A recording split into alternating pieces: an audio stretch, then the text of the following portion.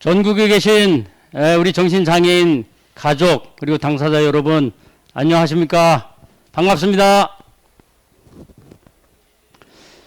실로 126년 만에 세계적으로 찾아온 이 불볕 더위와 또 게다가 19 코로나로 인해서 우리 전국에 계신 우리 당사자 여러분, 가족 여러분 얼마나 고통이 심하십니까?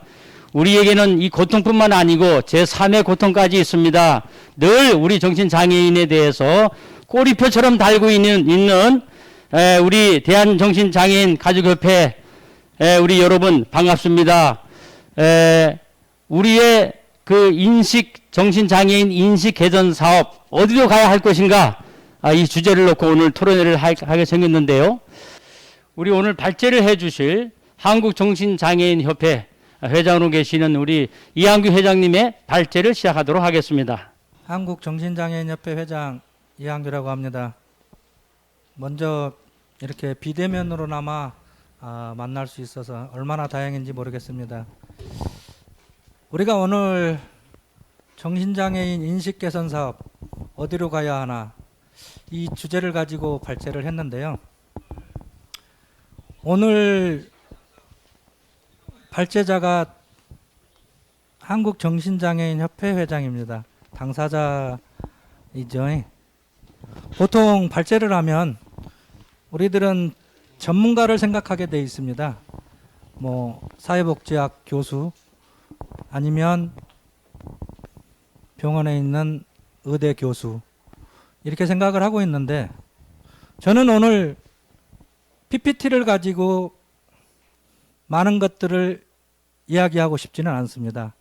우리의 현실, 우리의 인식, 우리가 어떻게 바라보여지는지 그것을 가지고 이야기를 해보고자 합니다. 제가 PT 21장을 만들었습니다. 그 보건복지부 가이드라인이 20장이더라고요. 그래서 20장 딱 하기에는 그래서 한 장을 더 추가했습니다. 추가는 뭐냐? 땡큐. Q&A.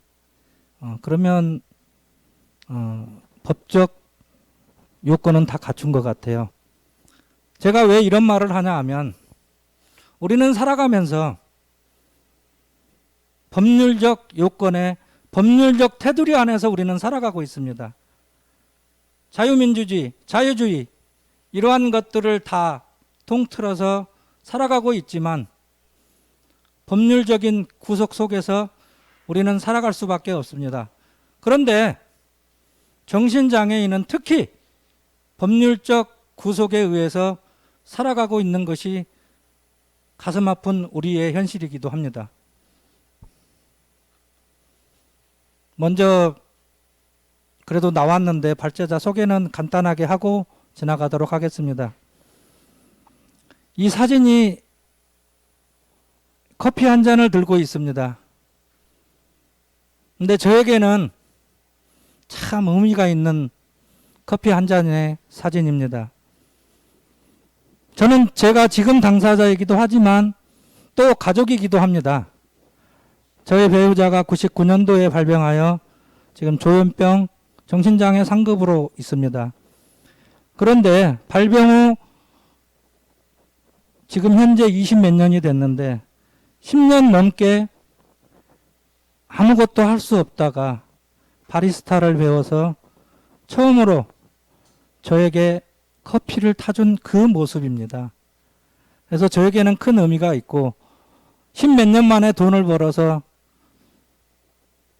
어떤 뉴스에서 이러더라고요. 가장 행복한 때가 언제더냐.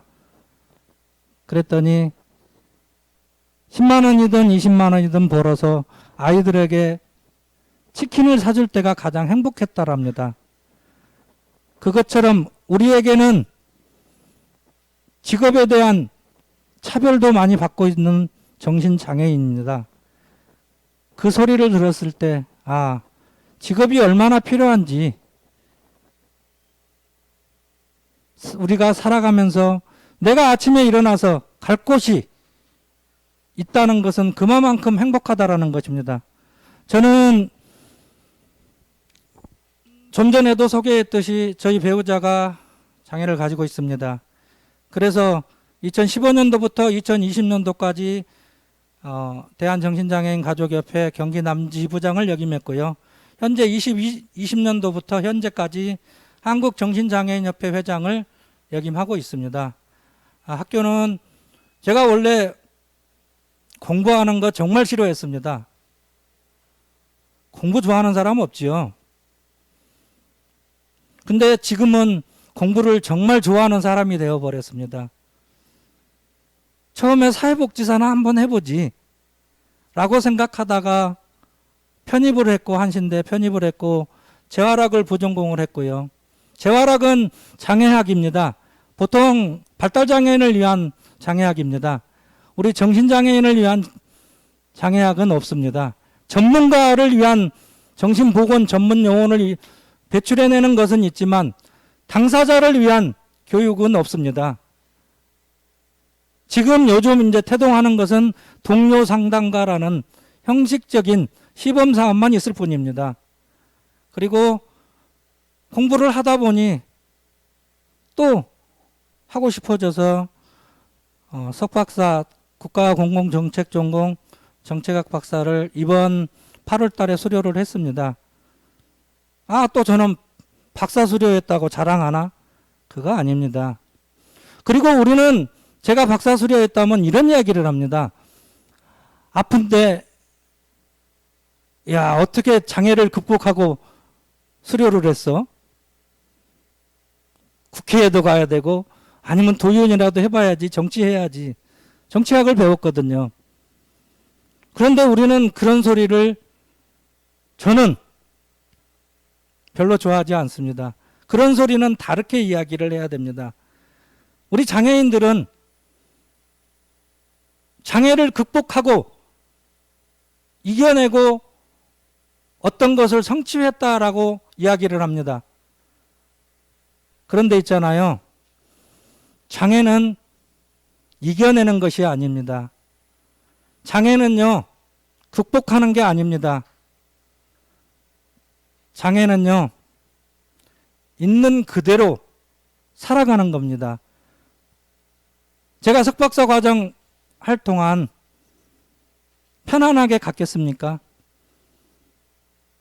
6번의 입퇴원을 반복하면서 마치게 됐습니다. 그만큼 힘들게 장애를 가지고 수료를 한 것이지 장애를 이겨내 본 적이 한 번도 없습니다. 매일 아프고 매일 어떤 날은 어떤 때는 잠이 안 오고 2, 3주 동안 2시간 자고 운전을 200km, 300km를 해도 잠이 안 오던 조증이 있을 때가 있고 어떤 때 죽고 싶을 정도로 우울해서 누워있고 그럴 때도 있는 겁니다. 제 소개가 너무 길었죠. 이렇게 해야 또 법률적인 구속에 당하지 않고 50분을 채워야 되거든요.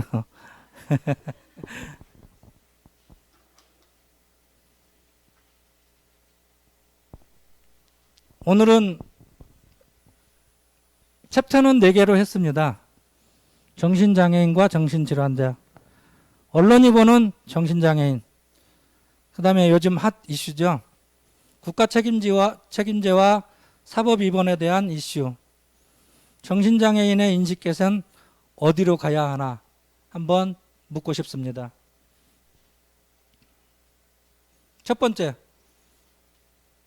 우리는 정신장애인과 정신질환자를 혼용한다라고 하지만 오용하고 살아가고 있습니다. 그 부분을 제가 하는 이야기가 아닌 전문가들이 하는 이야기로 보여드리려고 합니다. 원래 오늘 어려운 이야기, 전문적인 이야기는 하지 않으려고 했지만 이거는 전문적인 이야기가 아니고 법률이기 때문에 우리가 짚고 넘어가지 않을 수 없기 때문에 이런 이야기를 하는 겁니다. 원래 정신보건법에서 2016년 5월 30일 그래서 2017년도에 시행한 정신건강 증진 및 정신질환자 복지 서비스 지원에 관한 법률, 참 법률도 길어요. 누가 외우는 사람 있을까요? 그래서 정신건강복지법이라고 이야기를 하고 있습니다.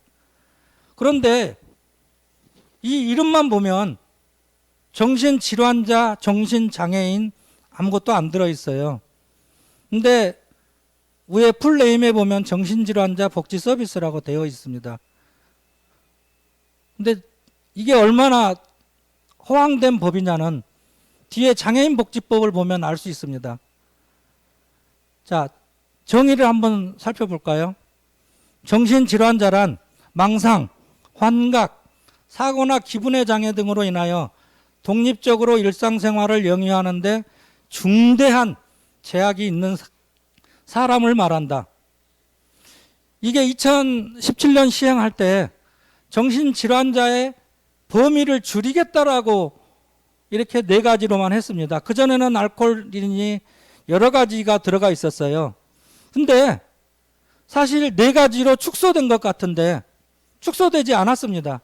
지금 현재는 늘어나 있습니다. 왜냐? 여기 자세히 살펴보면 사고나 기분의 장애 등으로, 이 등자가 그렇게 무섭습니다. 법률이라는 게 글자 하나에 사람을 죽이고 살릴 수도 있는 겁니다. 내가 이 안에 포함될 수도 있고 안 될 수도 있는데 이 등자 하나에 포함될 것 같지 않은 질환도 장애도 포함된다라는 겁니다.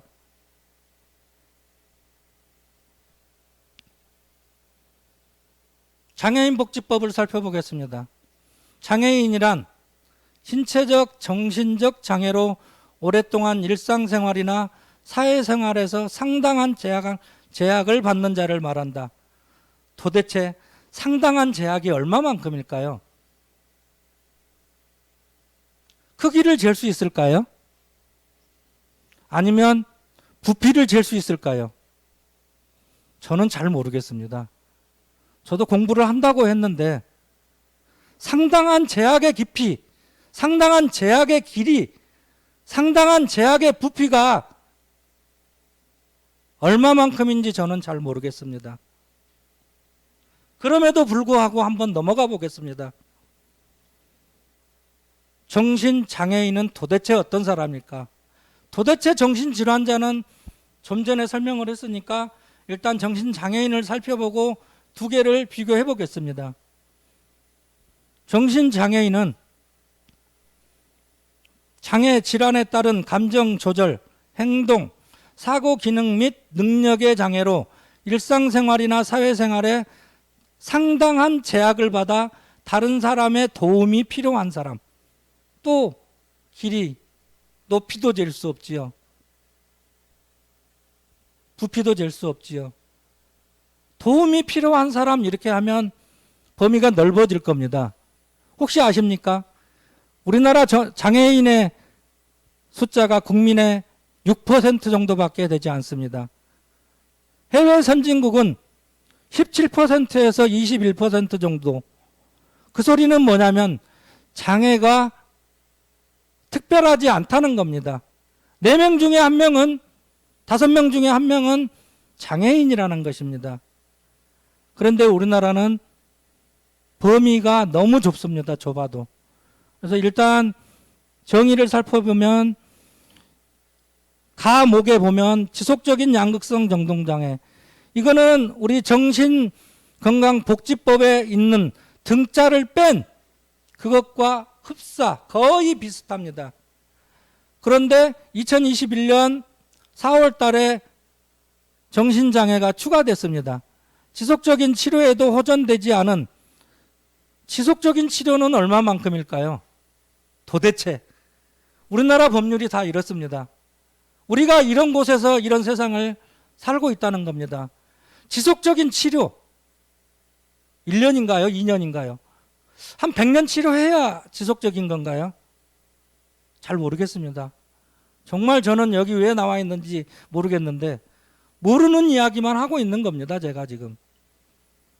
호전되지 않은 강박장애, 뇌의 신경학적 손상으로 인한 기질적 정신장애, 무슨 말인지 이해가 가십니까?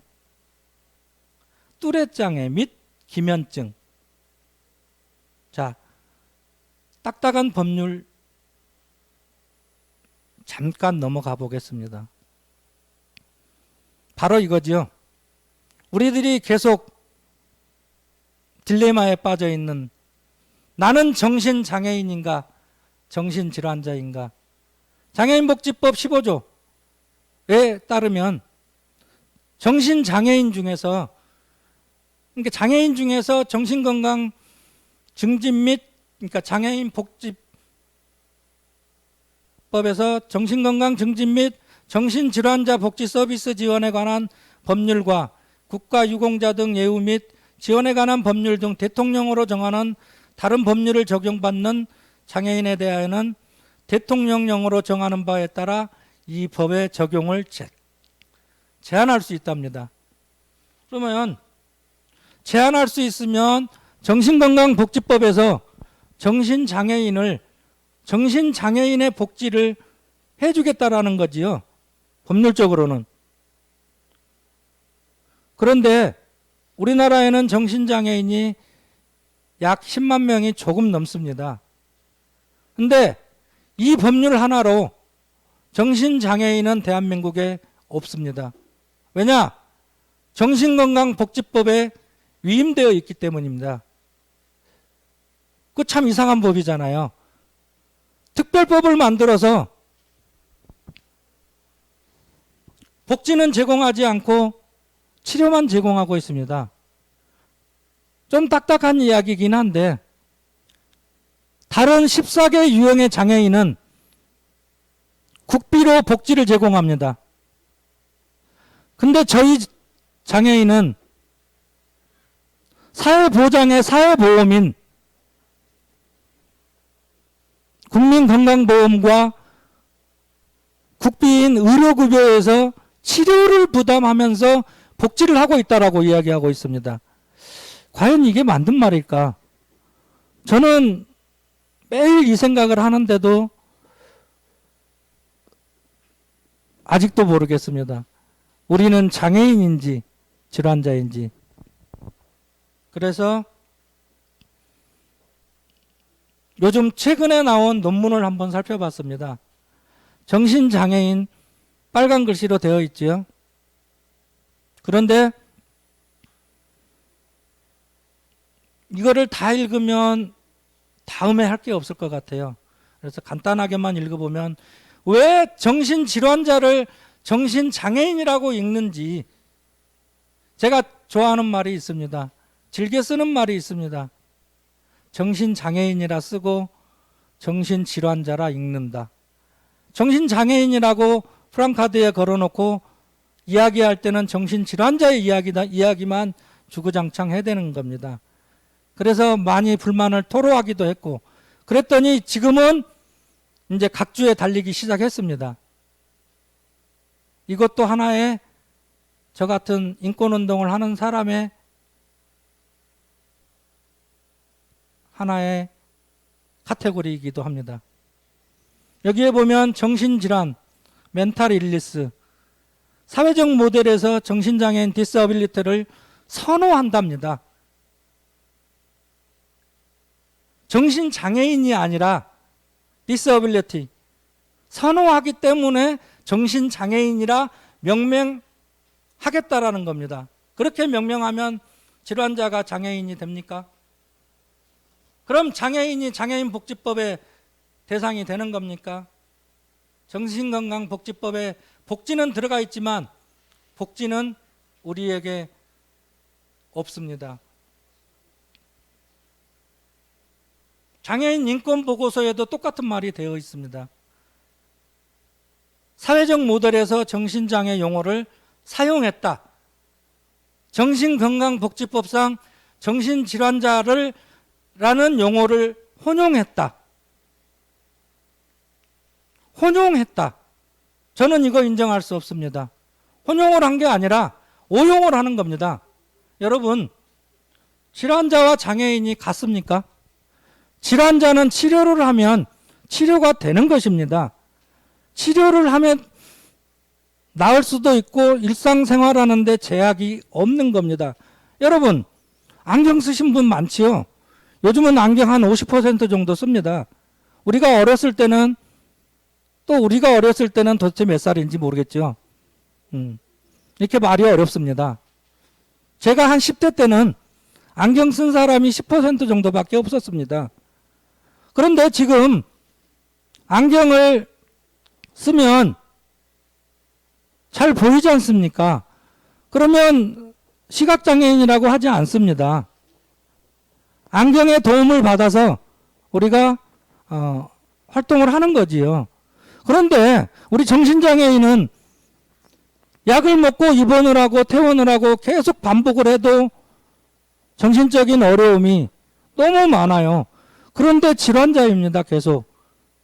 그런데 다른 나라는 정신질환을 가진 사람도 장애인으로 하는 나라가 많습니다. 지금 시간이 많이 가고 있어서 더 길게는 못하겠는데요. 이것도 좀 넘어갈게요. 좀 장애인에 대해서 잠깐만 이야기하고 넘어가겠습니다. 프랑스에는 장애인의 정의가 없습니다. 장애인의 정의가 없으니까 안 좋을 거라고 또 생각하시는 분, 반문하시는 분도 있을 수 있습니다. 그런데요, 프랑스는 고용, 내가 직업을 가질 수 없을 정도의 상황이 발생하면 장애인과 같은 범주에 들어가는 겁니다. 그런데 제가 이걸 찾다가 정말 놀라운 것을 하나 발견했습니다.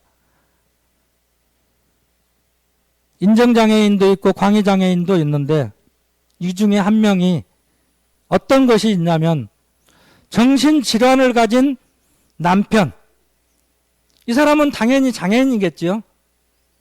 정신질환을 가진 남편과 결혼한 아내도 정신장애인으로 인정을 한다는 겁니다. 그런데 우리나라는 정신질환을 가지고 있어도 환자 취급만 합니다. 정말 이래도 되는 걸까요? 정신건강복지법의 이슈는 입원에 대한 이슈만 늘어놓았습니다. 입원에 대한 이슈 외에는 특별한 것이 없어요. 시설에 대한 이슈, 전문가에 대한, 당사자에 대한 이슈, 가족에 대한 이슈는 그 법 속에 아무것도 없습니다. 스웨덴은 스웨덴어를 모르면 장애인입니다. 어떤 나라는 치매도 장애인이고 암도 장애인이고 어떤 나라는 당뇨병도 장애인입니다. 장애인이 많으면 좋을까요? 그만큼 복지가 잘 돼 있다라는 겁니다. 우리나라가 GDP가 코로나 시기에 2계단 상승했습니다. 그럼에도 불구하고 우리들의 복지, 우리 정신장애인의 복지는 지금도 후퇴하고 있습니다. 어떻게 해서든지 입원의 숫자만 늘리고 치료에 대한 의료적인 모델에만 집중을 하고 있는 것입니다. 그 부분에 대해서는 다시 한번 다루기로 하겠습니다. 두 번째 섹터, 언론이 보는 장애인 이야기 하겠습니다. Nothing about us without us. 무슨 말일까요? 우리 없이 우리를 이야기하지 말라는 겁니다. 정신장애인을 위한 법을 만들 때, 정신질환자를 위한 법을 만들 때, 다른 유형의 모든 장애인은 당사자와 가족이 참여를 해야지만 그 법이 완성되는 것입니다. 그런데 우리 정신질환자, 정신장애인은 법률 속에 임의조항으로 있기 때문에 참여시키지 않아도 가능합니다. 그래서 우리는 정신건강복지법이 만들어질 때도 전문가가만 들어갔지 정신장애인도 정신질환자도 들어가지 않았습니다. 그래서 다시 한번 외치겠습니다. 우리를 빼고 우리에 관하여 우리를 이야기하지 말라.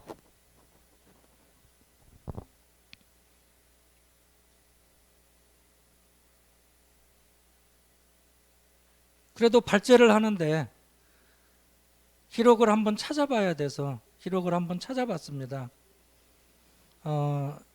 중지단 중앙정신건강복지사업지원단에서 2018년도에 이제 네이버 뉴스 검색을 해봤답니다.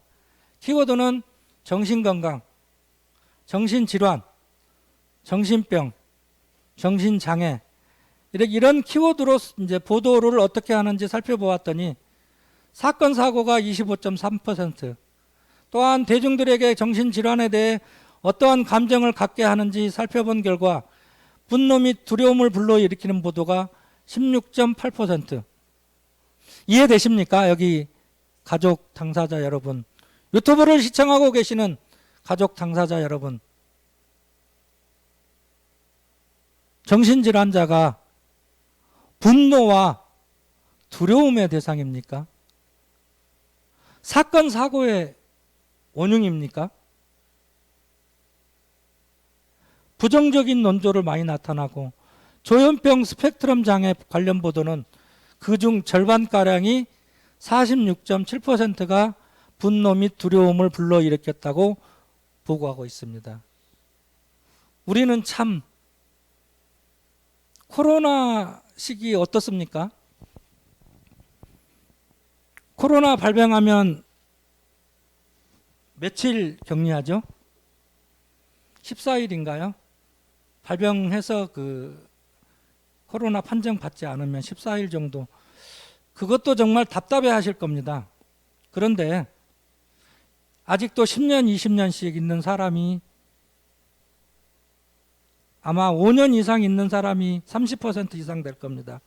지금도 8만 명 정도가 입원을 해 있는데, 혹시 전체 장애인 시설에 있는 경우가 몇 명 정도 되는지 아십니까? 우리나라 장애인이 260만 정도 됩니다. 정신장애인이 10만 명 정도 됩니다.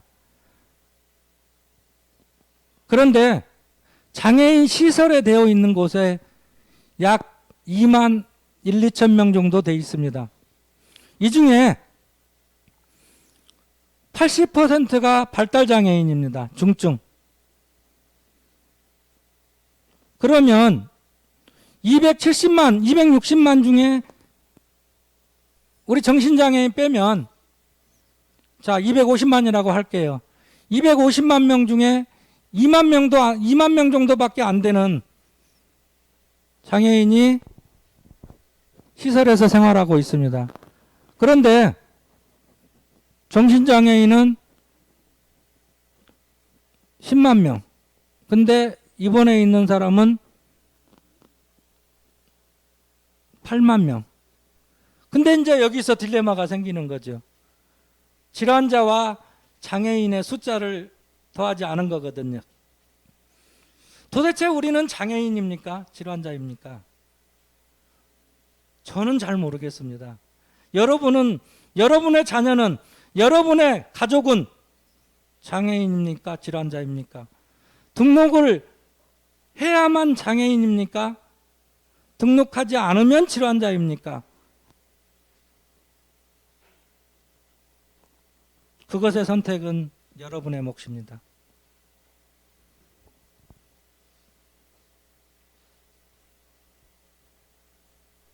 조현병 관련 기사 2016년도에 15년도보다 2배가 증가했답니다. 이때 어떤 일이 일어나냐면 강남역 살인사건, 수락산 살인사건, 이런 강력범죄가 일어나자 조현병 환자로 지목되어 언론 보도가 급증했다고 합니다. 근데 어떤 내용이 나오나요? 조현병 범죄 예방 국가가 나서고. 조현병이 범죄입니까? 조현병을 가진 어떤 일부의 한 사람이 범죄를 가지고 범죄를 저질렀는데 조현병 아닌 사람은 범죄 안 저지르나요? 그거 참 이상해요. 저는 잘 모르겠어요. 또 조현병 환자 범죄, 공포 확산, 정신질환자 범죄, 또 조현병 살인 사건, 잇따른 조현병 살인. 도대체 주어가 조현병입니다. 1년에 몇 번, 서너 번 나오는 이러한 일들이 어떻게 양산되어 있는지 아십니까? 살인사건 하나 일어나면 아, 이번에도 정신질환인가? 우리는 겁에 질려요. 또 조현병인지 또 정신질환인지 우리는 더 이상 갈 곳이 없어요. 혹시 아십니까? 바리스타가 조현병 발달장애인에게 최적의 직업으로 많은 수의 직업으로 가지고 있는데 매출이 준답니다. 왜? 조현병 범죄가 조현병이 범죄니까 매출이 준대요, 반으로. 무서워서 어떻게 가냐 이거죠. 21세기 이 좋은 세상에 우리는 예비 범죄자, 사회 방위가 필요한 수용의 대상자, 그렇게 살아가고 있는 것입니다. 그 언론도 우리에게 원래 힘들어하는 사람을 감싸주고 안아주는 게 언론 아닙니까? 법률은 장애인복지법 15조로 인하여 질환자인지 장애인인지, 장애인은 질환자인지 장애인인지도 모르겠고, 이 언론도 그렇고, 저는 발제자니까 뭐를 안다고 이야기해야 되는데 도대체 배우고 겪고 또 겪어도 잘 모르겠습니다. 도대체 나는 누구인지. 시청하시는 가족 당사자 여러분, 제 마음이 이해가 되십니까?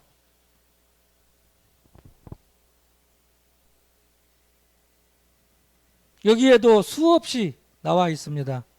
조현병 살인, 조현병 질환자 범죄 이렇게 되어 있습니다. 조현병 살인, 정신질환자 범죄라는 용어는 어떻게 정의할 수 있는가? 조현병 범죄로 보도된 사례들은 용어의 사용에 있어 최소한의 동의된 조건이 있는가? 이는 전문적이거나 학술적인 용어가 아니며 언론에 의해 자의적으로 생산된 텍스트라는 것입니다. 이거 나온 지 얼마 안 된 논문입니다. 이 논문을 보면서 도대체 어디에 조현병이 살인자인지 범죄자인지 있는 논문은 살펴보지 못했어요. 그냥 언론에서 있는 이야기지. 여기 나오잖아요. 논문을 쓸 때 가설이 있고 검증 가능해야 합니다. 조현병이 50만 명이라고 합니다. 50만 명이면 적어도 자 10%만 살인자가 돼봅시다. 그러면 몇 명입니까? 5만 명이 살인자. 5만 명이 살인자입니까? 아닙니다. 5천 명도 아닙니다. 1%도 안 된다라는 겁니다. 그런데 우리는 이 텍스트에서 보듯이 정의되지 않는 학술적인 용어가 무분별하게 사용되고 있다는 겁니다. 그런데 요즘 국회에서 별일 다 있지요. 뭐 있지요? 언론중재법. 이거 해당될 겁니다. 조현병이 범죄라고 인정하려면 검증 가능해야 되는 것입니다. 검증할 수 없는 것들을 마음대로 써대는 것은 잘못된 거 아닌가요? 이거 다 읽으면 지루하겠지요?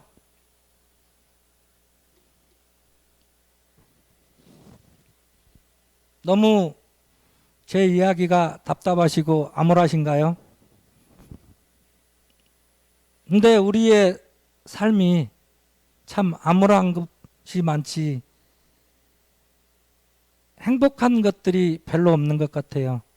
행복하게 살 수 있는 권리가 있는 이 나라에서 법률이 우리를 막고 있고 언론이 우리를 움츠러들게 하고 있다는 겁니다. 또 이슈가 되고 있는 게 있습니다. 국가 책임제와 사법 위반. 입원의 종류에는 뭐가 있죠?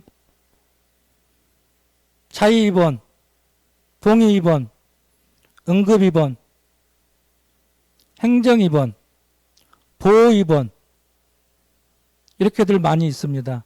이 정신건강복지법에 입원에 대한 것들이 너무 많습니다. 그리고 입원이 어려워졌다는 말이 너무 많이 이야기를 합니다. 2017년과 2016년도의 차이는 별거 없거든요. 서류 조금 더 들어갔어요. 의사진단 한 명이 더 들어갔음에도 불구하고 2017년도 신문에 난리가 났었습니다. 난리. 그런 난리는 6.25 때 난리도 아니라는 우스갯소리가 있죠. 드라마에서. 3만 명 범죄 우려자가 퇴원할 것이다. 그런데 퇴원했습니까? 퇴원 안 했습니다. 퇴원 못했습니다.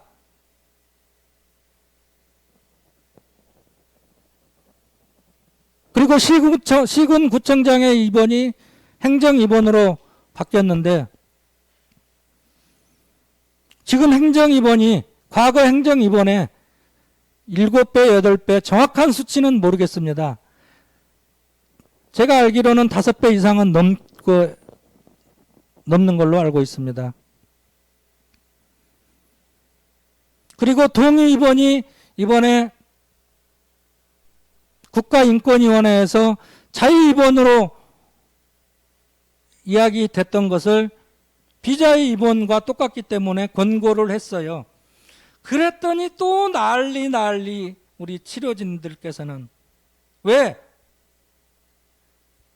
동의 입원도 비자의 입원이냐, 안 그래도 입원이 힘들 것이니까 아예 입원을 안 받을 수도 있다라는 칼럼들이 나와 있어요.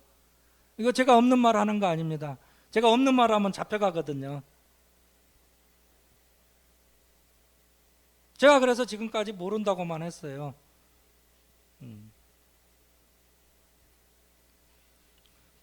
사법입원, 보호입원,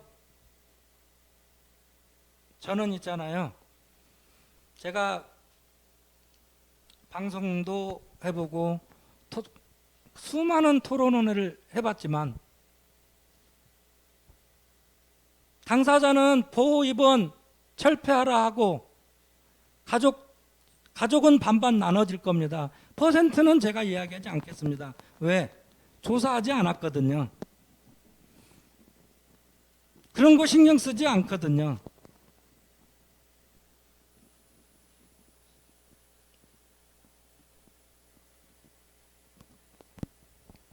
우리가 입원을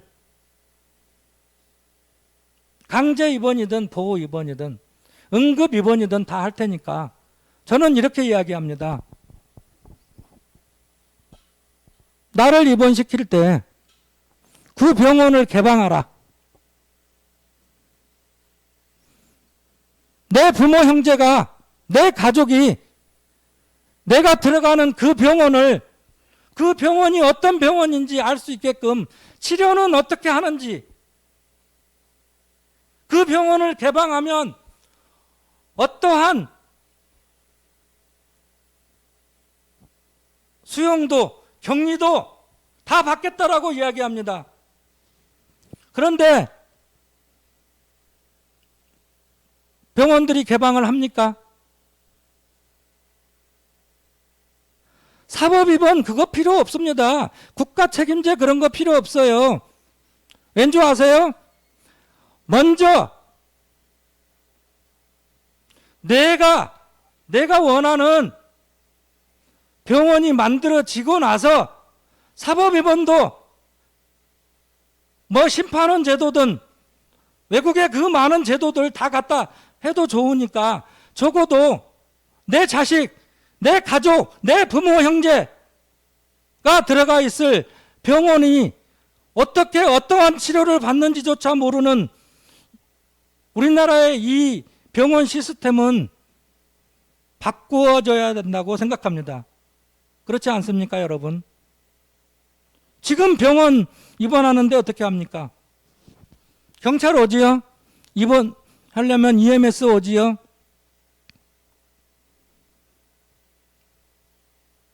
강제 입원시키기 위해서 경찰 오면 아무것도 안 합니다. 경찰이 있다는, 옆에 있었다는 이유 하나만으로 이번 적합성심사위원회에서 적법한 절차를 거쳤다고 강제 입원이 됩니다. 어떠한 병원으로 입원된 것은 신경 쓰지 않습니다. 어떠한 치료를 받고 있는지 그런 것들은 우리에게 중요하지 않습니다.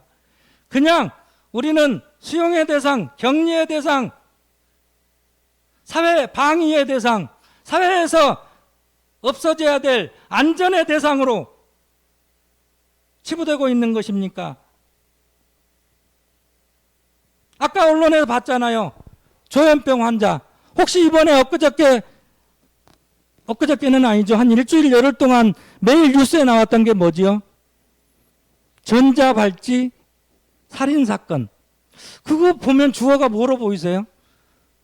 저는 제가 좀 머리가 나빠서 그런지 모르지만 전자발찌가 주어로 보여요. 전자발찌가 살인을 한 것 같아요. 전자발찌를 끊었기 때문에 살인을 한 것처럼 보이지 않나요? 그 사람이 나빠서 아니면 그 사람이 그럴 수밖에 없어서 살인을 한 건데 앞 헤드라인은 전자발찌 살인 사건입니다. 우리들의 언론은 그렇습니다. 그래야 광고가 많이 클릭수가 많다라는 거지요. 그냥 김모 씨가 살인한 거하고 조현병 조현병 범죄자가 우리 사회에 누가 살인을 했다. 왜 조현병이 살인자입니까? 결국은 언론이, 결국은 국가의 법률이 우리를 잠재적인 범죄자로 만들고 있는 것입니다. 그래서 국가 책임제와 사법 위반에 대한 이슈를 이렇게 커다랗게 이번 이슈 그리고 사법 위반 물음표를 해놨습니다. 여러분, 사법 위반 어떻습니까? 지금 이번 적합성 심사위원 어떻습니까? 내가 치료를 좋게 받을 수 있다라면, 내가 치료받을 수 있는 곳을 골라서 받을 수 있다라면 폐쇄병동이 어떻습니까? 이게 정말 치료를 받는 곳이라면 20년, 30년씩 있는 2, 3만 명의 사회적 입원, 그 사람들이 나올 곳이 없어서 못 나온다는 이 세상에 21세기 대한민국에서 있어야 되는 일입니까? GDP 10위인 나라에서. 저는 참 답답해요. 제가 이런 통계나 이런 텍스트를 몰랐더라면 답답하지 않을 것 같아요. 차라리 아무것도 모르고 그냥 내 몸 치료하고 내 배우자 치료하고 이렇게 살았으면, 제가 얼마 전에는 시위도 했는데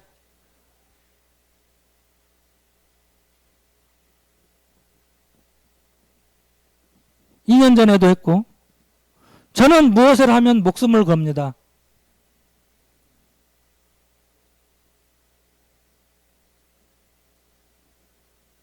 이 유튜브를 시청하고 계시는 당사자 가족 여러분, 울지 않는 사람에게는, 울지 않는 아기에게는 젖을 주지 않습니다. 싸우지 않는 것에, 투쟁하지 않는 곳에 복지 없습니다.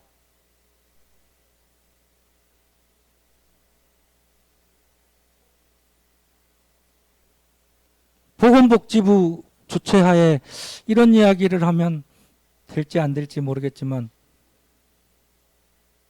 우리 편집하시면서 자르지 않을 거죠?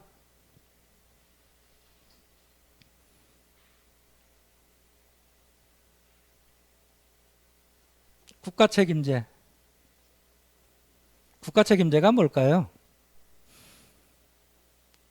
지금 이야기하는 국가 책임제는 치료비 대주겠다라는 국가 책임제 같아요. 정말 웃기지 않나요? 장애인 당사자를 위한 게 아니라 병원에 마음대로 집어넣고 사법 입원시켜서 그게 국가 책임제라고 보여집니까? 치료비 해주면 국가 책임제입니까? 영국의 NHS는 모든 인구를 사회보험이 아닌 국비로 의료 행위를 합니다. 자기 부담금이 하나도 없습니다. 그게 국가 책임제지요. 그 정도 하려면.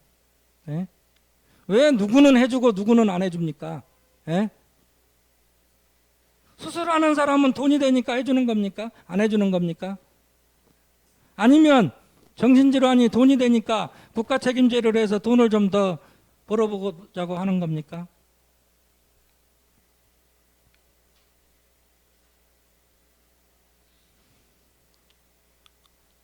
하고 싶은 말은 많은데 5분밖에 남지 않았네요.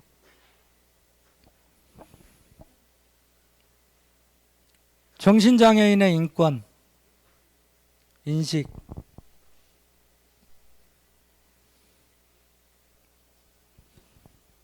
마무리가 다 되었네요. 어느 정도. 여러분, 오늘 좀 어땠나요? 속 시원하신 분도 있을 거고, 아, 저놈이 왜 졌다고 말을 해? 이런 사람도 있을 거고. 제가 1시간 동안 이야기했는데 도대체 첫 번째 챕터에서도 아는 게 없어. 도대체 모르겠어요. 내가 질환자인지 장애인인지. 두 번째 챕터에서도 모르겠어. 우리가 왜 범죄자인지, 왜 잠재적 범죄자인지 난 그것도 모르겠어. 아, 발제를 하러 나오는데 다 모른다 그러네. 예.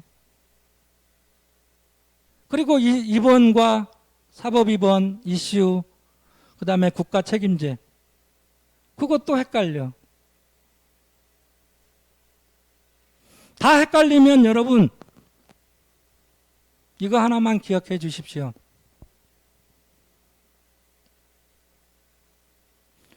인권보다 앞서는 것은 없습니다. 어떠한 일이 있어도 사람의 인권은 천부 인권입니다. 인권보다 앞서는 것은 헌법도 없습니다. 헌법 위에 있는 게 인권입니다. 헌법에 다 보장되어 있는 겁니다. 그런데 특별법 우선의 원칙에 의해서 우리는 어찌 보면 감시의 대상이기도 합니다. 법적으로 태어나면 경찰서나 아니면 센터에 보고하게 되어 있습니다.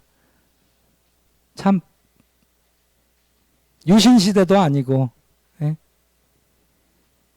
서슬퍼런 5공화국 시대도 아닌데 우리는 지금도 10만 명이 폐쇄병동에 갇혀있는 이 나라에서 살고 있는 것이 너무 슬픕니다. 오늘 발제 끝까지 들어주셔서 대단히 고맙습니다. 고맙습니다.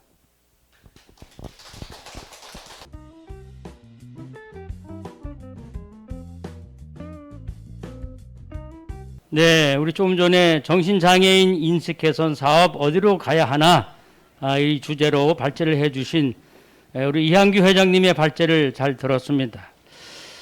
저는 그 발제를 듣고 나름대로 깨달은 바가 있네요. 제가 가슴에 와 닿은 부분이 제한과 각종 규제, 우리 정신건강복지법에 이렇게 기록이 되어 있는 것을 듣고 역시 우리는 많은 제한을 받고 또 배제, 제외를 많이 받는구나 하는 걸 깨달았고, 두 번째는 그 제목이 우리 없이 우리를 말하지 말라. 언론에 대해서 또 한 말씀 하신 것 같았습니다. 이 제목이 상당히 인상이 깊었고요. 한마디로 저는 편견, 차별, 제외, 배제, 폄하, 폄훼까지 우리를 비난하고 무시하는 등의 단어로 말할 수밖에 없었습니다. 이렇게 말할 수밖에 없습니다. 마치 우리 정신장애인 가족과 우리 당사자를 마치 화성이나 달나라에서 온 사람처럼 그런 취급을 받는 같은 느낌을 받았습니다. 이는 이미 대중들에게 잘못 들어간 온갖 매체를 통해서 잘못 인식된 선입견, 선입감, 선입관이란 단어로 말할 수밖에 없다고 생각을 합니다. 마치 카더라가 그렇다로 변하고 맞다로 변한 것처럼 왜곡되고 편파적인 인식으로 굳어진 것 같습니다. 이 부분에 대해서 오늘 저는 이걸 느꼈는데, 오늘 먼저 우리 자유토론회에 앞서서 우리 토론자들을 소개해 드리도록 하겠습니다. 우리 대한정신장애인협회 우리 중앙회 정책위원이신 김영희 사회이사님을 소개하겠습니다. 잠깐 인사하시죠. 예, 반갑습니다. 예, 방금 소개받은 김영희입니다. 예, 지금 저희 협회 정책연구원으로 있고요. 그다음에 제 친형님이 같이 살고 있는 친형님이 이제 당사자이십니다. 그리고 오늘 또 참석하신 우리 대한정신장애인 우리 가족협회 인천지부 가족회원이신 나연숙 우리 회원님 참석하셨습니다. 인사하시죠. 네, 저는 나현숙입니다. 저는 인천지부 총무직을 맡고 있습니다. 그리고 이어서 우리 정신장애인 재활시설 세범정신의 당사자 회원으로 계시는 이동술님 오셨습니다. 인사하시죠. 안녕하세요. 세범을 이용하고 있는 이동수입니다. 그리고 저는 오늘 사회를 맡아 진행할 대한정신장애인 가족협회 인천지부 가족회원인 김양석이라고 합니다. 반갑습니다, 여러분. 네. 오늘의 주제, 정신장애인의 인식 개선 사업 어디로 가야 하나? 우리 이한구 회장님의 발제를 듣고 참 느낀 분이 많이 있는데, 우리 돌아가면서 오늘 이렇게 가슴에 와 닿았다든지 느낀 부분, 이런 부분을 돌아가면서 우리 짤막하게 좀 말씀 좀 해주시죠. 우리 김영희 사회이사님. 저부터요? 네네네네. 예, 저희 이한규 회장님 발제 정말 뜻깊게 들었고요. 네네. 특히 이제 제가 크게 공감됐던 거는 이 치료 환경이 지금 상당히 열악하다라는 부분이 정말 마음에 가슴을 울렸습니다. 그래서 물론 이제 뭐 잠깐은 뭐 입원 치료가 필요한 분들도 계시지만은 지금 아까 통계치도 말씀하셨잖아요. 네네네. 상당히 많은 분이 지금 장기 입원을 하고 계시는데 소위 사회적 입원이라고 하죠. 제가 볼 때도 그분들 중 상당수 분들은 그렇게 오래 계실 필요가 없는 분들인데 지금 여러 가지 사회적 관심이나 네네네. 정부의 투자라든가 이런 게 너무나 열악해서 그 부분에 대해서 말씀하신 걸 보고 많은 동의가 됐고요. 그렇군요. 빨리 좀 바뀌어야 되겠으면 그렇죠. 그런 마음이 네네네네. 들었습니다. 네. 우리 이동술 우리 회원님 좀 느낀 점이 있으십니까? 오늘 발제를 들으시고. 오늘 말씀을 들으시고 제가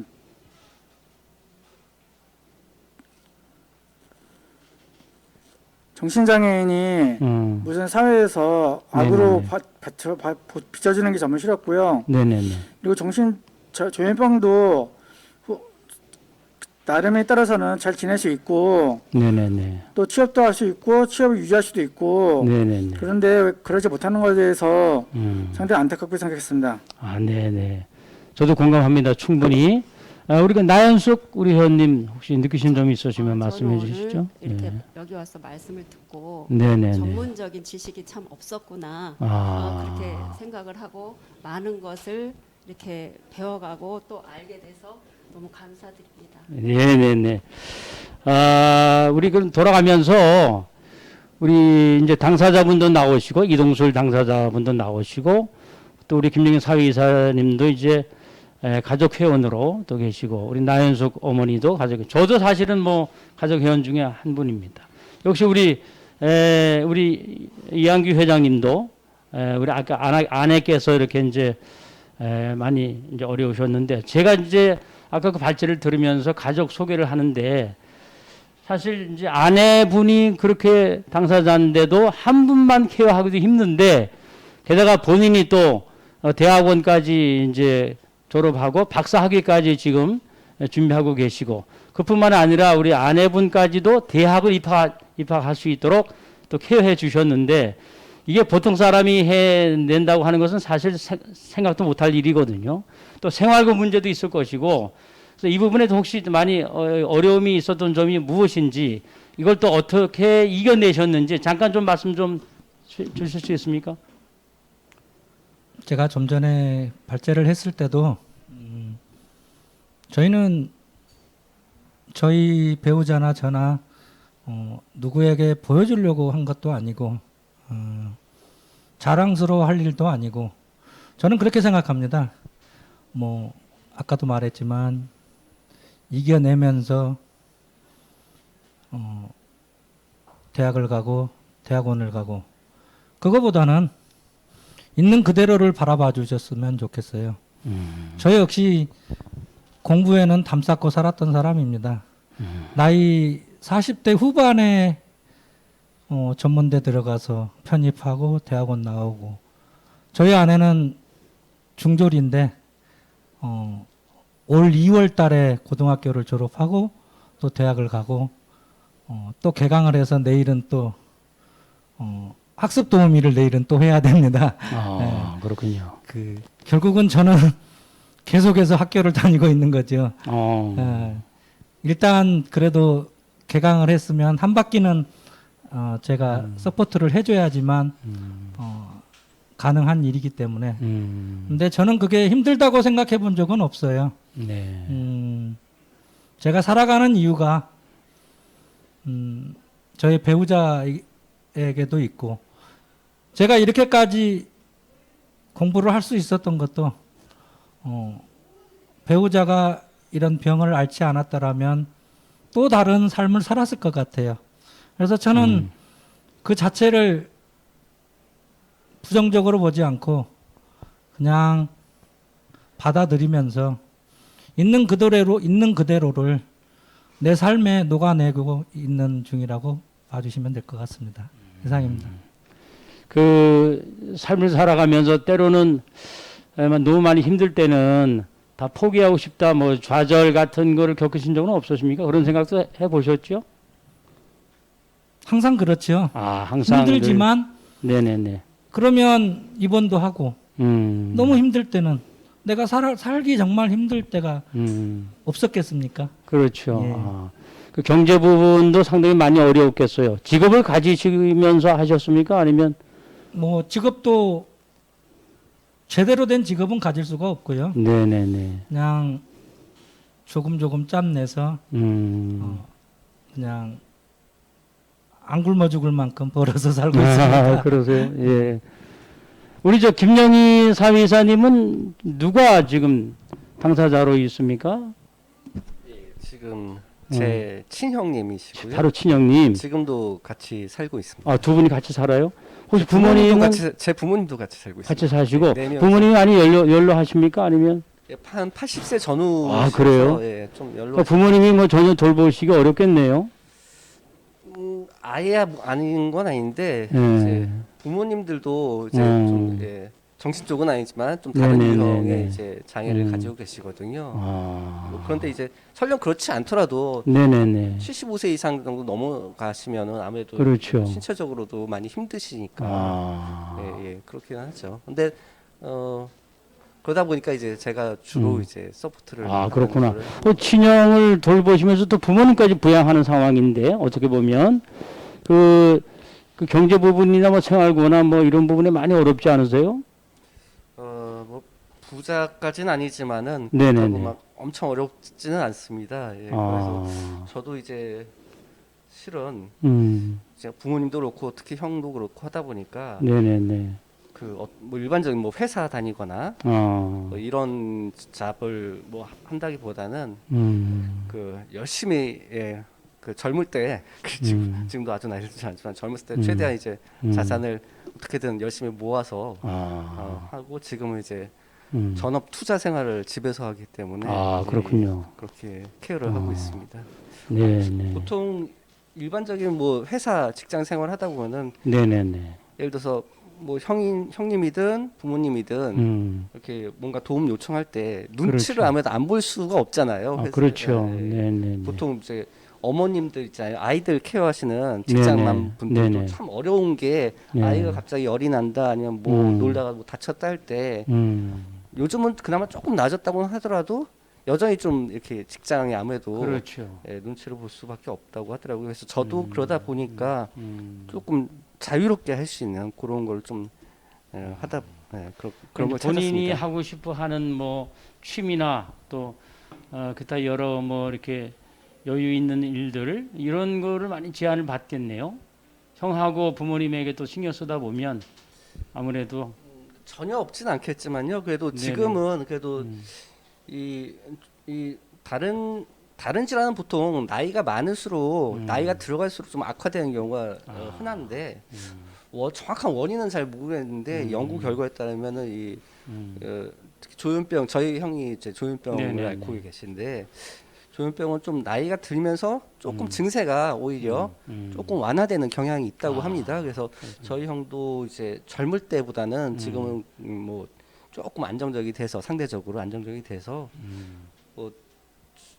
뭐 24시간 계속 케어를 해야 된다. 네네네. 뭐 그 정도까지는 아니어서 그렇죠. 영화도 보러 갈 때도 있고요. 예, 가끔 며칠간 저 혼자 여행도 여행도 다니고 다닐 때도 있습니다. 예, 예. 그렇죠. 네. 우리 이동수 회원님은 지금 이렇게 가족 상황이 어떻게 됩니까? 부모님 두 분 계시고 네네. 동생 한 명 있습니다. 동생 한 명. 네, 이제 동생 본인이 지금 당사자이시죠? 네, 그러면 지금 그 아까 보니까 세범 거기 이제 소속인데 그 이게 생활을 하면서 당사자로서 이제 그 정신 장애를 겪었는데 어떻게 해서 이거를 극복을 하셨는지 정신 장애를 겪으면서 힘들었던 점하고 지금은 어떻게 또 생활하고 있는지 그 부분 좀 말씀해 주시죠. 제가 처음에 조현병에 걸린 거는 2000년 군대 제대하고 네네네. 누군가 절 따라다니면서 저를 괴롭히고 직장도 못 다니게 하고 그런 네네. 경우가 많았습니다. 그래서 아버지 어머니가 저를 병원 입원을 시켜가지고 네. 약도 먹으면서 입원하면서 네네네. 그때 제가 나도 조현병이 걸렸구나 이런 생각을 하게 됐고요. 그리고 사람들을 만나게 되면서 좋은 사람도 만나고 되면서 자꾸 기분이 좋아지고 그러다 보니까 저도 어느 정도 조현병 인정하게 되면서 극복하게 되었습니다. 처음에 이제 이렇게 발병이 시작했을 때 네, 본인이 야 내가 이게 조현병이구나라고 인식을 금방 했나요? 전혀 못했습니다. 못하죠. 네, 내가 왜 이런 정신병이야? 나 말도 안 돼. 그렇게 생각하셨죠. 다 현실이라고 생각했기 때문에 아, 다 현실을 믿었기 때문에 조현병이 아니라고 생각했고 아, 그리고 다 절 쫓아다니는 것도 현실이고 누군가 부모님을 괴롭히는 것도 현실이고 이런 생각 많이 하게 되었습니다. 그렇군요. 그럼 이 병 인식하기까지는 많은 시간이 걸렸겠네요. 그렇죠. 한 10년 정도 걸렸습니다. 그리고 처음에 이제 약도 잘 안 먹고 거부하기도 하고 그런 적이 있었겠네요. 그러면 네.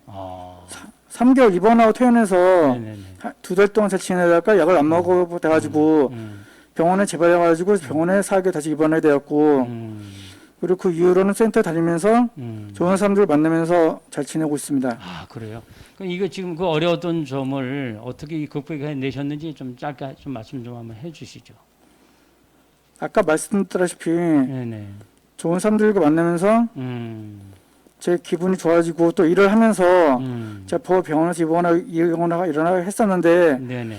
그때도 막 사람들 말을 거면서 기분 좋아지고 또 저도 일을 하면서 기분 좋아졌기 때문에 그것을 저절로 극복하게 되었습니다. 네. 아주 참 그 어려운 정신 장애를 극복한 좋은 사례 중에 하나입니다. 우리 나현숙 우리 어머니께서는 어떻게 자녀 중에 누가 이 병을 앓고 있나요? 저는 자녀 둘이 예. 다 같이 아프고 자녀 두 명이 다 장애인이에요? 다른 조현병이죠? 네네. 아, 그래요? 쌍둥이는 아니고 어. 이제 아들 딸이 이제 각자 네네. 지금 아들하고 딸 네네. 둘 다. 네, 다 아파요. 두 명밖에 없는데 두 명이 다 조현병이죠? 네네.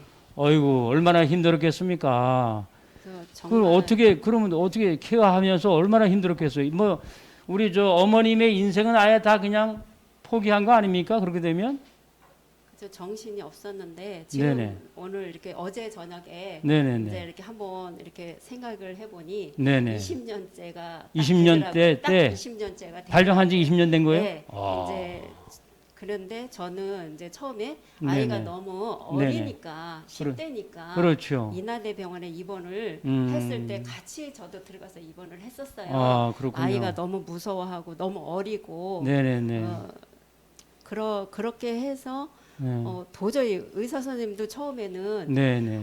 의사 선생님이 잘 모르겠다고 이렇게 하니까 그때는 병원비가 진짜 자고 나면 어마무시하더라고요. 엄청 병원비가 비쌌죠? 네, 그래갖고 이제 그때 병원에서 같이 아들하고 있으면서 같이 탁구도 치고 얘기도 하고 많은 이제 환자들을 이렇게 보고 그러면서 이제 한 20일 정도 처음에 입원을 했다가 이제 퇴원을 했을 때 그때 병원에서 저한테 약을 주지 않았어요. 왜요? 그러니까 저는 그때는 이제 완전 이제 처음이잖아요. 이 그렇죠. 병원에 입원하는 거. 아이가 아픈 것도 처음이고. 병원에 입원하는 것도 처음. 네네. 근데 퇴원을 한 20일 후에 했는데 약을 안 주셨어요. 그러니까는 그때 나는 이 병이 약을 먹는 게 아니구나. 나는 그래요? 이제 그렇게 생각을 하고 이제 약을 안 먹이고 그냥 계속 이렇게 막 난리 아주 둘이서 그냥 막 난리를 치면서 그렇게 이렇게 했어요. 그러니까 그때 내 머릿속에서는 딱 약을 먹으면 안 돼. 이렇게 딱 각인이 돼버린 거예요. 그러다 보니까는 거의 얘네들이 아픈 거를 인정을 하면서 5년 정도를 거의 약을 안 먹였어요. 그리고 또 이제 모든 부모들이 다 그럴 것 같아요. 장애인을 만들고 싶지 않아서 그렇죠. 이런저런 일이 많이 일어나잖아요. 그래도 저는 장애인도 굉장히 늦게 만들었어요.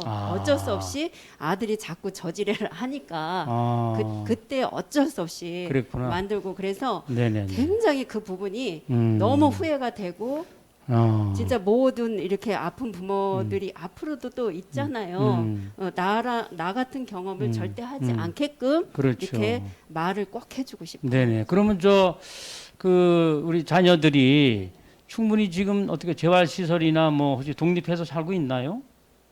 각자 이제 지금 현재로서는 38, 34 이렇게 3살 차이군요. 네, 그렇게 됐으니까 이제 각자 살아야 되는데 사실 이 환자들이 겉은 멀쩡해도 네네네. 이 각자 이렇게 집에서 살 수가 없어요. 그러니까 그렇죠. 저희 딸아이를 자기 집에 놔뒀어요. 너 이제 너 20살이 넘었어. 너 38이야. 네네네. 그러니까 혼자서 살아가야 돼. 그리고 놔뒀는데 내가 너무너무 깜짝 놀란 일이 네네. 정말 20년 동안 자꾸 깜짝 놀랄 일이 생기는데 네네네. 아니 그 동네 아파트 주민이 아니 애를 그렇게 놔두면 어떡해요. 약을 먹고 취해 있는지 꼭 새벽 2시에 수포를 왔다 갔다 한대요. 새벽에? 네. 그 영구 임대 아파트에서 네네네. 그 소리를 듣고 제가 너무 놀랐어요. 이 여자아이니까. 그래서 이제 현재는 제가 용인집에서 데리고 있죠. 그래서 조금 그렇군요. 안정도 되고 이제 자기 아픈 남동생도 조금 이해를 하고 그렇군요. 그렇게 지내요. 참 저도 그렇지만 우리 가족들이 사실은 이런 아파트나 뭐 우리 주택에서 살 때도 옆에 사람들에게 이게 이제 잘못된 선입견이나 선입감 또 편견 차별 때문에 쉬쉬하면서 조용히 살아야 되는 그 아픔도 또 없지 않아 있습니다. 우리 김영희 사회이사님 정책위원께서 그 1인 시에 참석을 한 경험이 있으신가 봐요. 예. 네, 그 부분에 대해서도 어떤 상황인지 좀 말씀 좀 해주시죠. 매주 이제 5일 정도, 4, 5일 정도씩 했는데 네네네. 이제 당사자 단체 분들하고 네네. 가족 단체 분들하고 해서 릴레이로 했습니다. 가족들은 주로 이제 수요일 날 했었고요. 수요일 날.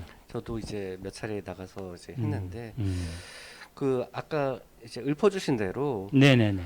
어떻게 보면 당연한 걸 요구하는 거예요. 당연한데 현재 그렇죠. 되지 네네네. 않고 있는 것들. 네네네. 그 사람이거든요. 네네. 예. 어떤 질환을 앓든 어떤 장애가 있든 사람이고 인권이 있는 그렇습니다. 사람입니다. 그러면은 예를 들어서 그렇다고 또 입원이 꼭 필요한 경우가 없는 것도 아니에요. 가끔 이제 그런 경우가 네네. 있긴 있어요. 근데 네네. 설령 그렇다고 하더라도 말씀하셨다시피 저기 치료 환경이라든가 네네. 인간적인 대우, 음. 최대한 트라우마 같은 거 최대한 없도록 하는 그런 거를 노력을 좀 기울여야 되는데 현재로서는 현재 법과 제도라든가 인식이라든가 이런 거에는 그 부분이 많이 미진한 게 사실입니다. 그렇죠. 네. 예를 들어서 치료 환경 개선이라는 게 물론 이제 시설 뭐 이런 것도 당연히 포함은 되지만 그게 전부는 아니거든요. 그렇죠. 예. 그래서 제가 알기로는 이제 새로운 경기 도립 정신병원 그런 데에서 이제 지금 작년부터인가요? 올 초부터인가 작년부터인가 하고 있는데 거기 같은 경우는 이제 그 주로 이제 정신과적 응급 상황인 분들을 전담해서 맡고 있는 곳인데요. 네네네. 그 자료 발표 같은 걸 제가 보니까 그 병원은 다른 일반적인 병원과 달리 상당히 좀 이렇게 소위 자타의 위험이라고 하죠. 응급 상황일 때도 네네네. 최대한 환자분을 설득하고 아. 얘기를 들어주고 강압적인 걸 최대한 안 합니다. 하군요. 그래서 그게 네네. 수치로도 이미 나와 있어요. 이제 그렇죠. 다른 정신의료기관에 비해서. 그래서 네네. 근데 거기가 뭐 예를 들어서 그러면 그 차이가 어디서 나느냐? 단순 예산만으로만 할 수 있는 건 아니라고 그렇죠. 보거든요. 마인드의 차이고, 그다음에 이제 거기 일하시는 분들의 그런 분들에 대해서 어떤 자세를 가지고 하느냐 그런 차이가 그런 강압적인 트라우마를 줄이는 그런 수치적인 명확한 통계 차이를 낼 수 있었다고 저는 봅니다. 그래서 그러면 그 병원에서만 가능한 게 아니고 이거는 전국적으로 확산을 해서 당사자분이 치료를 받거나 그럴 때 최대한 인권을 존중받고 그렇죠. 사람으로서의 존중받고 네네네. 그렇게 하는 거를 해달라. 아. 그러니까 그게 당사자분들도 절실하고 저희 가족 입장에서도 절실하거든요. 네네. 예. 아까 발제하실 때 뭐 그 병원 안에 네네. 심지어 가족도 이제 못 들어가는 경우가 있어요. 맞습니다. 그러면 어떻게 되는지 잘 안 돼 있거든요. 근데 이제 안 보이니까 답답하기도 하고 또 이제 아주 뭐 일부 병원이긴 하지만 전체는 아니지만 또 문제가 좀 있는 병원도 있지 않습니까? 언론에 그렇죠. 가끔 나오는데. 네네. 근데 그런 걸 없애달라는 거고 이런 요구가 당연하지 않습니까? 그렇죠. 예, 당연한 네네. 요구인데 맞습니다. 그게 지금 잘 안 되고 있으니 아. 국가에서 좀 신경을 써주고 어. 뭐 돈이나 인력도 필요하면은 좀 투자를 좀 적극적으로 좀 해달라라는 의미로 저희 당사자분들하고 가족단체에서 해오고 있었습니다. 땡볕임에도 불구하고 당사자분들도 정말 그 더위에 정말 네, 많이 힘드시죠. 많이 힘드신 네네네. 가운데서도 그렇군요. 나와서 예, 했습니다. 우리 사회자님 말씀 들어보니까 우리 사실 다른 장애인도 뭐 마찬가지겠지만 특별히 우리 정신장애인들은 늘 그 어떤 따뜻한 위로의 말과 사랑이 그리워하시는 분 같아. 거기에 갈급해 있는 것 같아. 좀 인간적인 면이나 우리가 그런 부분에 많이 좀 케어를 해줬으면 좋은데 자꾸 법으로만 배제시키고 법에 한해서만 억지로 도와주려고 하는 그런 성향이 있는 것 같은 느낌이 드네요. 지금 말씀 들어보니까. 그러면 제가 가만히 생각해 보니까요. 정신장애인 인식 개선이라고 할 때 제가 곰곰이 이거 생각하다가 사회자로서 준비하다가 본질이 이게 뭐지라고 생각을 해봤습니다. 왜 우리 정신장애인은 늘 인식 개선을 위한 그 꼬리표를 달고 다니는 것 같아요. 대부분의 국민들이 정신장애인에 대한 인식이 잘못된 것 아니냐 그런 생각이 제가 들었습니다. 그래서 우리가 이제 제가 어딜 가든지 정신장애인 관련 심포지움이나 각종 세미나나 포럼, 토론회 등에 이제 많이 가보는데 반드시 주제가 빠지지 않는 게 뭐냐. 정신장애인 인식 개선 어떻게 하면 될 것인가. 이런 주제가 늘 빠지지를 않았어요. 마치 우리 정신장애인들의 꼬리표고 이게 한이 된 것 같아요. 그런 생각을 제가 많이 공감을 하는데 이게 어떻게 결국은 이게 이제 잘못 알려지고 잘못 전해졌다는 얘기거든요. 그래서 이 결과 편견, 차별, 배제, 심지어는 무시하는 폄하와 폄훼까지 그런 일들의 속속이 일어나고 있습니다. 이러다 보니까 이제 취업, 고용 문제, 자격 취득 시험, 또 공공기관 출입 제한, 그뿐만이 아니죠. 심지어 뭐 보험 문제, 운전면허까지도 불이익을 당하고 차별 편견 때문에 많이 배제를 당하는데 이 부분에 대해서 우리가 좀 말씀 좀 나누고 싶어요. 우리 혹시 우리 이동술 회원이나 우리 또 우리 어머니께서 우리 저 나연서 어머니께서 이 부분에 대해서 좀 차별을 받고 편견을 당했던 적이 혹시 있으신지 누가 말씀해 주실래요? 이동술 회원님 말씀해 주시죠. 네. 저는 몇 년 전에 운전면허증을 재발급받기 위해서 아 그래요? 운전면허 학원을 갔는데 네네. 거기서 정신장애라고 체크를 하니까 네.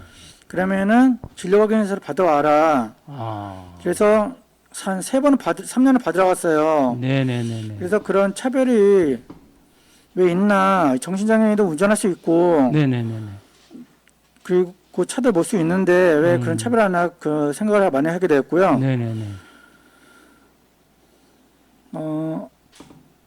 그럼 혹시 그 운전면허를 받고 운전을 하신 적이 있으신가요? 지금도 운전하시나요? 아니 아직 장롱면허예요. 장롱면허예요? 예. 이제 운전할 생각은 있으신 거죠? 네. 충분히. 네. 네. 또 운전하시는 분들 지금 많이 있어요. 네. 우리 당사자 중에. 근데 우리 그럼 나연수 우리 회원께서는 그런 부분에 또 뭐 애로사항을 겪었다든지 뭐 그런 부분이 있습니까? 저희 아들은 네네. 면허증까지는 네네. 생각을 못할 정도로 아. 이제 자기가 남자이다 보니까 자기는 일을 해야 된다. 아 일을. 예. 네네네. 남자는 일을 해야 된다. 그런 생각을 많이 갖고 있어갖고 아침서부터 눈만 뜨면은 네. 막 지방이든 어디든 그 직업센터 그쪽을 뭐 천안에도 가고 네네네. 뭐 안성도 가고 네네. 뭐 어디든 가갖고 음. 일을 네. 하려고 해요. 아 지금 그래갖고 나이가 30대라 그러셨죠? 34. 34. 네, 그런데 끊임없이 야단과 욕을 맞으면서도 아하. 일을 하려고 그 전국을 다 돌아다니고 아. 어디냐 하면은 네네. 지방에 있어요.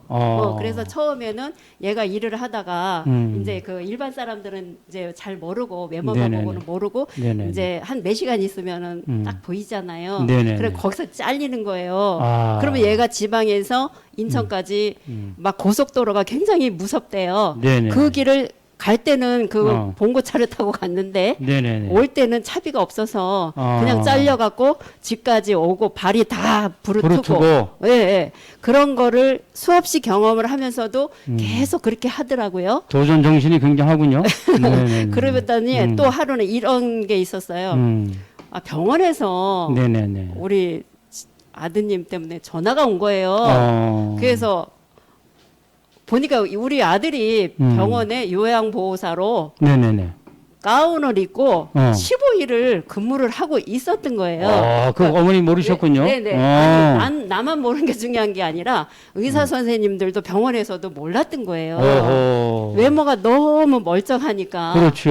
그래갖고 15일 동안 요즘 애들 그래 이러면서 이렇게 했는데 도저히 안 되겠어 갖고 이제 딱 조에 들어가니 이게 발칵이 된 거예요. 그렇군요. 그래서 그게 이제 제가 연락을 받고 너무 슬펐어요. 저렇게 일을 하고 싶어서 그러네요. 그랬구나, 맞아요. 정말 그랬구나. 네네네. 그러면서 이제 병원에 가서 제가 아주 빌었어요. 어차피 15일 동안 이렇게 아이를 데리고 있었으니 우리 아이가 아프고 응? 나머지 15일은 내가 다 책임을 지겠다.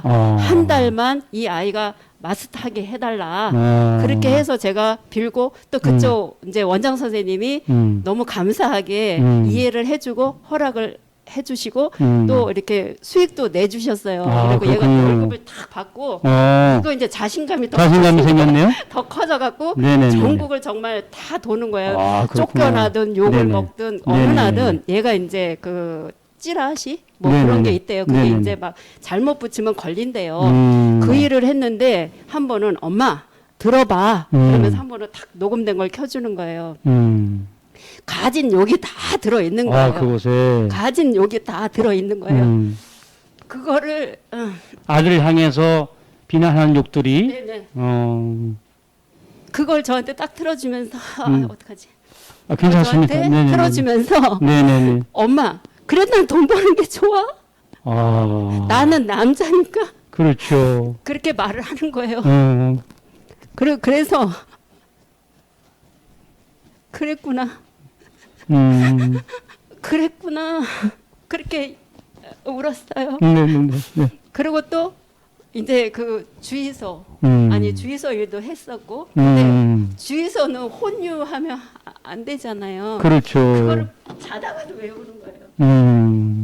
뭐 저는 저기 그 기름에 대해서 모르는데 주유소 두 가지 기름이 있대요. 아. 이게 혼유되면은 차가 망가진대요. 그걸 자다가도 약 먹고 자면서도 그거를 계속 기억해내는 거예요. 그거를 하면 안 된다. 그리고 자기한테 오는 손님한테는 그 주유소 세차권 있잖아요. 네네네네. 그거를 많이 주는 거예요. 자기 그렇구나. 나름대로. 예. 어. 그래 가면서 일도 하고. 그래서 저는 항상 그 아이가 일을 하는 곳에 많이 따라다녔어요. 도와주세요. 좋습니다. 네네네. 조금만 더 써주세요. 그렇게 그렇군요. 해서 이제 하다가 이제 이 아이가 나중에는 이제 건설 쪽으로 이제 이렇게 들어가고 도전을 하고. 네, 그래서 항상 그랬군요. 지방에 있고 근데 그렇게 일을 하고 싶어 하는데 네. 안 되잖아요. 그렇죠. 안 되는 것도 인정을 해야 되잖아요. 그래서 저는 바람이 커요. 우리 아이를 더불어 모든 이런 진짜 당사자. 환자분들이 얼마나 일을 하고 싶을까. 그래서 나는 이제 정부에 이제 부탁하고 싶어요. 장애인들은 네네네. 장애인 시설에서 일을 해야 된다는 거죠. 장애인 시설에서. 네. 왜냐하면 이제 우리 아들도 자기가 장애인이라는 것도 인정하고 일반인에 껴서는 너무 힘들어. 그래서 동사무소 가서도 몇 번씩 취업을 이렇게 부탁을 했는데 그게 이제 없다. 그래서 저는 없는 거 있게 만들어 달라 이렇게 지금 부탁을 꼭 드리고 예. 싶어요. 감사합니다. 우리 나연수 어머님께서 말씀하신 분을 저는 충분히 이해를 합니다.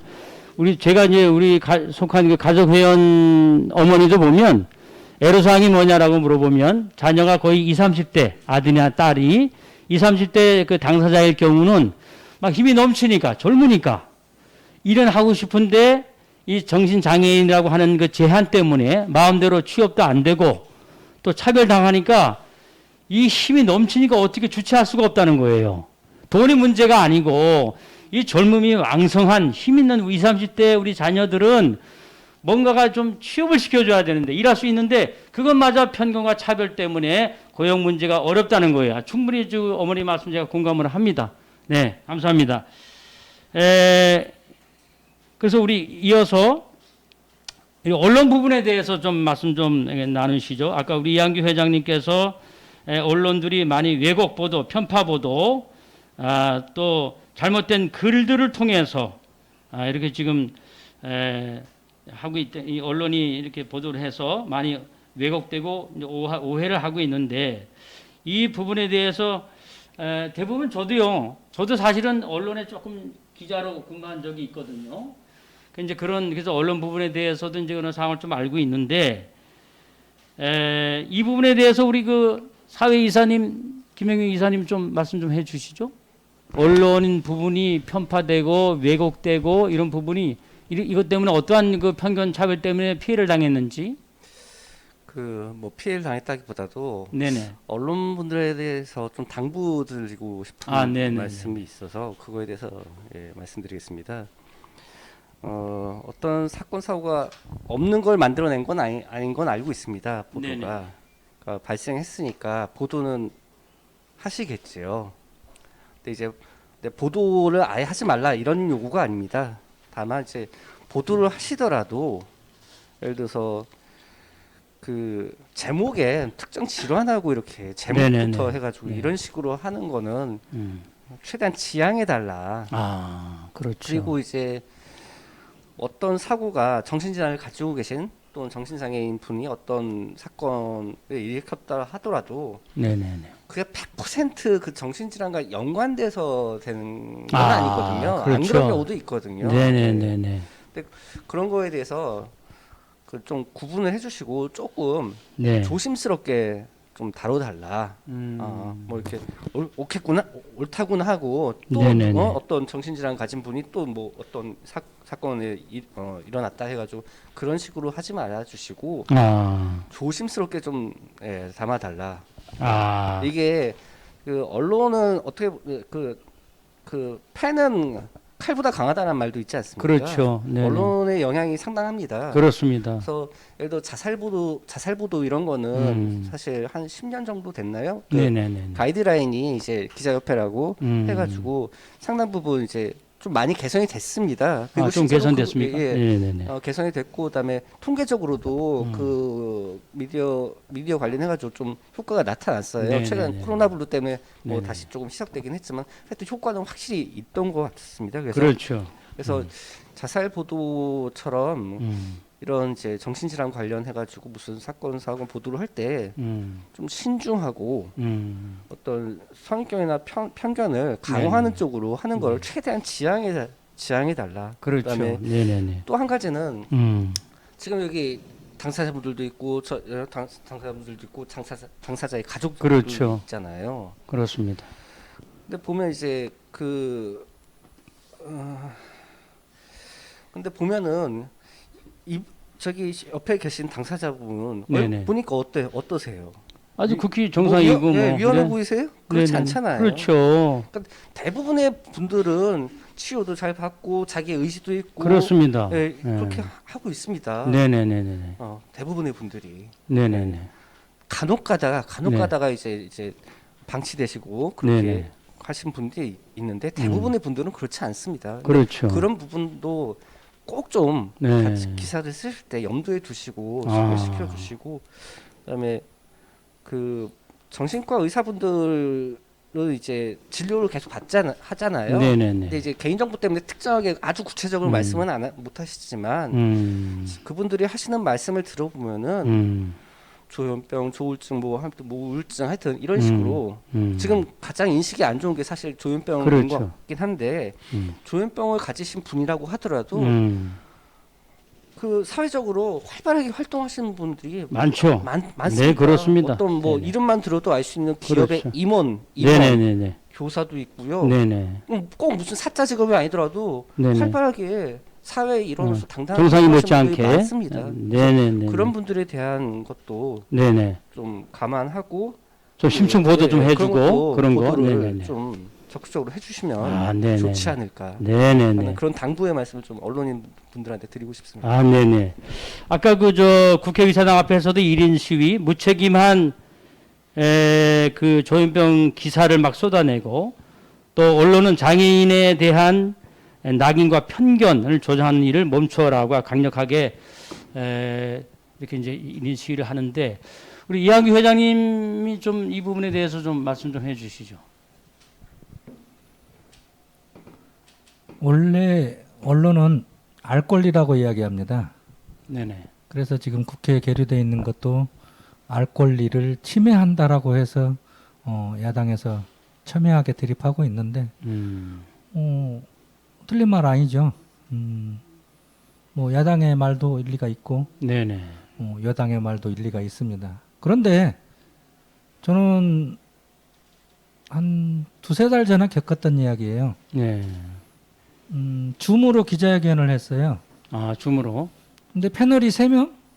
네네. 패널이 3명밖에 없었어요. 네. 3명인가 4명 정도 됐는데 저의 기사가 묻혔어요.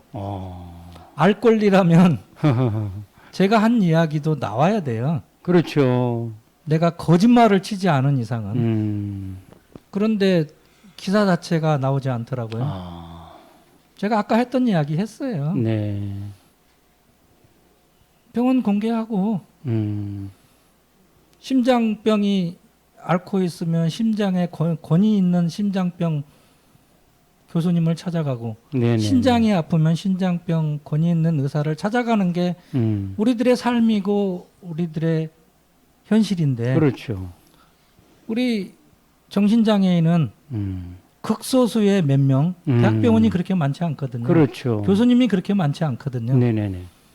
그런 사람들을 찾아갈 수 있는 환경을 만들어달라 개방하고 그리고 네네. 내가 어떻게 치료하는지 아까 했던 말 네. 이런 말 했더니 우습게도 언론이 그것을 받아 적은 사람이 한 명도 없어요. 아. 정말 웃기잖아요. 네네. 그냥 무작위로 했던 게 아니고 제가 한국정신장애인협회 당사자 회장으로서 그렇죠. 참여를 했어요. 또 다른 네네네. 당사자 대표 한 명하고 우리 정책위원님하고 그렇게 참여했는데 그거를 써주면 누구애가 불편할까? 아. 그건 의료진이 불편하잖아요. 아. 근데 거기에 의협신문이라든지 의사들이 만든 신문은 극소수에 불과하죠. 나머지는 일반 신문사들인데 이미 원하는 의사들의 이야기는 A4지 빽빽하게 한두 장 정도 나오고 내가 한 말은 그냥 묻혀버린. 과연 그러면서 언론이 알 권리를 이야기하면서 그 법을 막을 권리가 있을까라는 생각을 했습니다. 네네네. 그래서 누구에게나 공평하게 맞습니다. 알 권리를 충분히 국민에게 기회를 누릴 줘야 수 있도록 되는데. 해주는 게 언론 아닌가. 네네네. 저는 이런 생각이 듭니다. 네. 저도 그 사실 잠깐 그 취재 기자로 뭐 언론에 좀 근무한 적이 있는데 이 언론인들의 애로사항이 사실 워낙 언론인이 많다 보니까 언론 경쟁사가 보이지 않게 경쟁을 하게 되고 또 사명감을 가지고 심층 보도를 할 계획으로 며칠 거쳐서 이렇게 취재를 하면 네네네. 그 부분에 상당히 많이 어려움이 있는데 이번에 그 범죄율에 대해서 한번 좀 다뤄보도록 하겠습니다. 좀 전에 말씀드린 그 국회의사당 앞에서 우리 범죄율에 대해서도 얘기했어요. 비장애인 범죄율이 1.2%, 정신장애인 범죄율이 0.04%, 정신장애인 범죄율과 비장애인에 대비해 30분의 1 정도라고 했는데 제가 알기로는 그 2016년 검찰청에서 발표한 것은 범죄율에 대해서 이렇게 얘기를 했는데요. 우리 비정신장애인의 범죄율은 1.4%, 정신장애인의 범죄율은 0.1%, 그 중에 조현병 우리 환우들의 범죄율은 0.04%밖에 안 된다라고 하더라고요. 극히 적은 범죄율인데 큰 사고만 터졌다 하면 저 정신병 아니야? 이런 식으로 이미 인식이 돼가지고 이 인식 개선을 하려고 하면 시간이 많이 걸릴 거라고 저는 생각을 하고 있습니다. 이 범죄율이 사실 맞습니까? 우리 저 사위사님, 예. 그 부분에 대해서는 모르겠습니다. 또 당사자분들이 좀 기분 안 좋아하실지도 모르겠는데 네네. 대검찰청 자료는 사실 그거는 조금 엄밀하거나 정확한 자료는 아니라고 볼 수 있는 거죠. 그래서 이제 얼마 전에 그 논문이 나왔거든요. 우리나라에서 전수조사해서 이제 조현병 가진 분들의 했는데 범죄율이 낮습니다. 4분의 1 정도인가? 네네네. 낮은 게 사실입니다. 다만 그 소위 말해서 이제 언론에서 많이 쓰는 네네네. 중범죄라든가 강력 사건 이런 거는 이제 일반 인구 집단보다 높은 건 사실입니다. 네네네. 근데 여기서 더 중요한 건 뭐냐면 그러니까 높으니까 더 위험한 네네. 거 아니냐. 네네네. 그렇게 단순히 그렇게 생각하는 게 아니라요. 키는 그럼 그분이 왜 그렇게 그런 일을 저질렀을까 하는 거를 좀 이렇게 살펴보면요. 그렇죠. 대부분 방치된 경우입니다. 방치되거나 아니면 나 뭐 하기 싫어해서 단순히 거부했다고 해서 그래 그러면 그냥 놔두는. 그러니까 그렇지. 예를 들어 적절한 치료도 받고 본인도 의지를 가지고 회복을 위해서 하시고 당사자분들처럼 이런 분들은요 결코 그렇게 위험하다고 결코 말할 수 그렇습니다. 없습니다. 그러니까 네네네.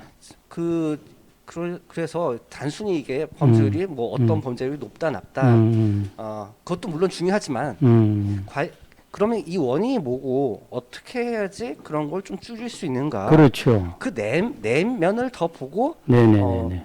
정책이라든가 네. 지원이라든가 복지라든가 이런 걸 해주는 거에 집중해 주는 게 매우 중요하다고 말씀드리고 싶습니다. 네네. 참 이렇게 자유 토론회를 하다 보니까 아직 우리가 해결해야 될 산적한 이 문제들이 많은데 지금 나온 거는 사실 빙각이 저기 빙산의 일각이죠. 그래서 시간이 없어서 마지막으로 우리 돌아가시면서 이제 한 분씩 장래 꿈이나 하고 싶었던 일이 있다면 어떤 것인지 우리 이양 회장님부터 말씀을 좀 해주시겠습니까?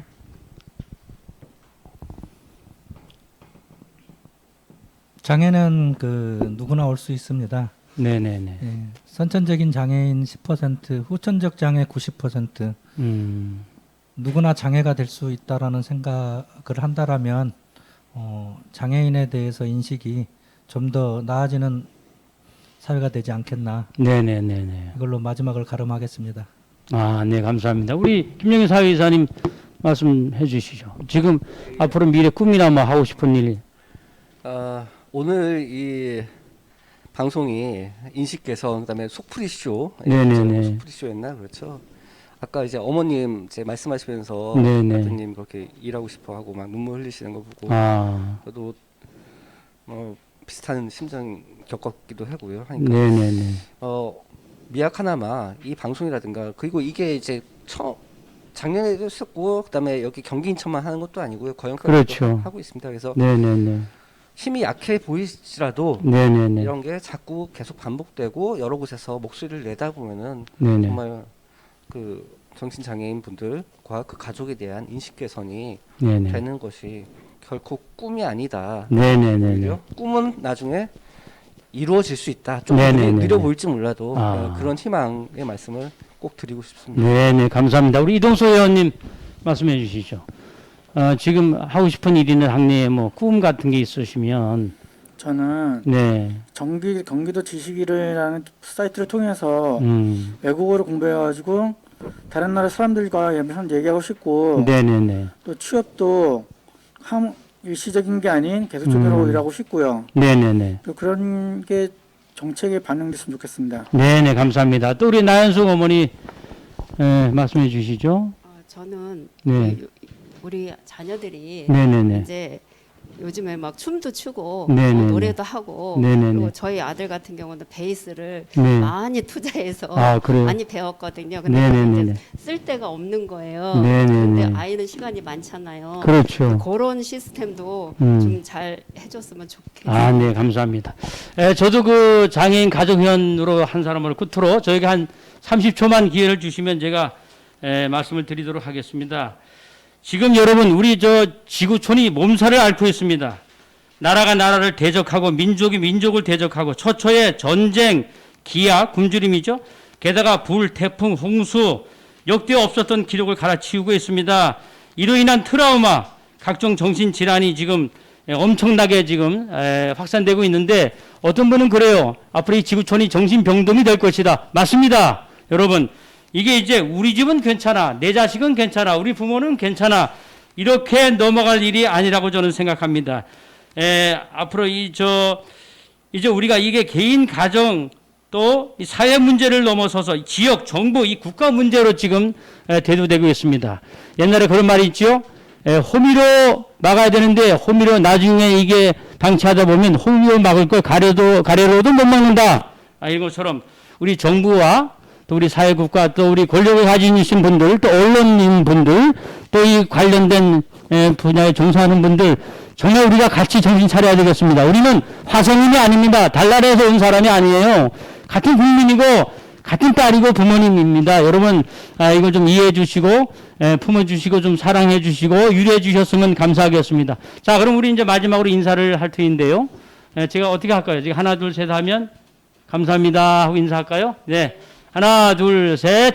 감사합니다. 네, 수고하셨습니다. 네.